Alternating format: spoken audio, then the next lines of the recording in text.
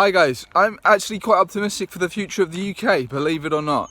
I think if you've made it this far and you haven't taken the vaccine and you've got your health intact, I think you're going to be alright. It feels like we've got to get one more push just to lock in the getting out of lockdown and the COVID passports domestically. These two issues, very crucial if anybody wants to choose to be free in the UK. But honestly, both of them look like they're going the right way. What I'm seeing in the media is that the COVID passports aren't going to happen, and you don't have to just look at the latest articles to sort of piece that together. You could go back a month ago when the NHS update was blocked by the Google and Apple Play Store. Now, please, can anybody explain to me why the fuck that happened?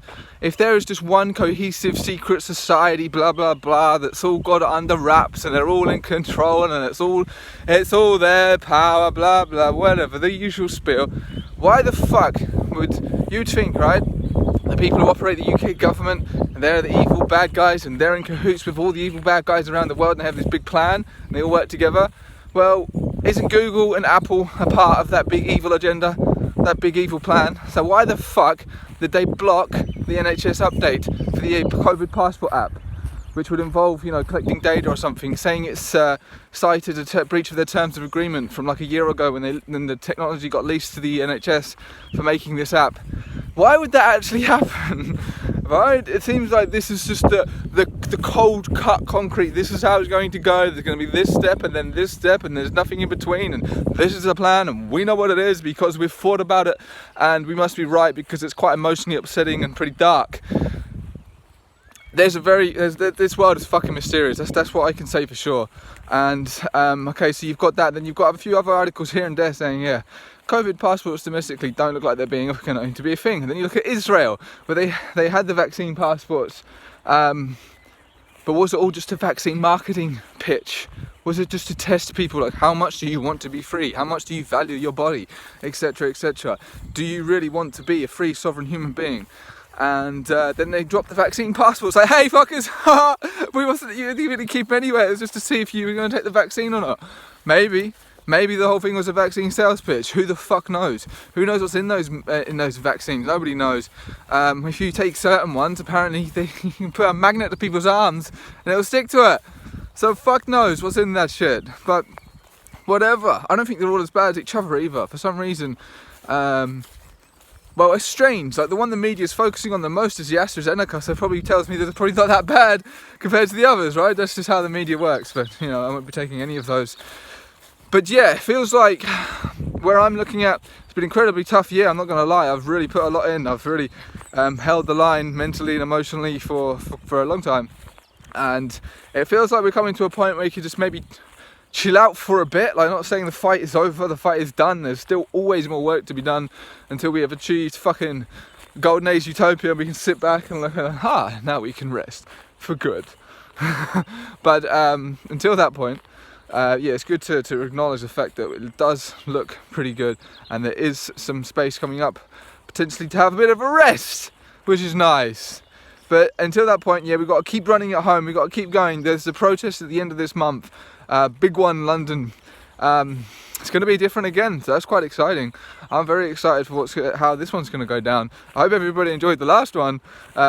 Mixed reviews. Most people did by the vast numbers, but some people didn't. But that's all right.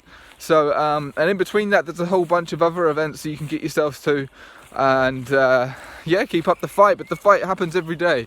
It's not just in the streets protesting, because that's really not going to cut it if we want, long-term goals, achieve our long-term goals and really, really improve ourselves, improve society.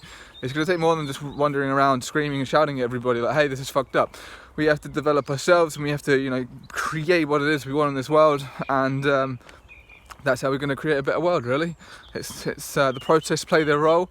They're good at bringing people together, and they may actually have some influence on policy change. As for a full-blown revolution, I don't think the Truth community is ready for that yet. We're getting there, though. I think we're working in the right direction of, at the very least, creating an alternative society. But a full-blown revolution right now, fuck no. No, I'd rather fucking Boris right now. I'm not even joking. Just because of what I've seen, and the way the truth community attacks each other. Like, we're supposed to be this big team. At least maybe. Do you ever see the politicians fucking attacking each other on TV? At least they keep it off the public airwaves or whatever. They seem to be a lot more organised and working together as a team. That's what I'm saying. The politicians, they seem to be, than a lot of the Truvia community. But we're working on that, actually. I have to say that. Give us credit.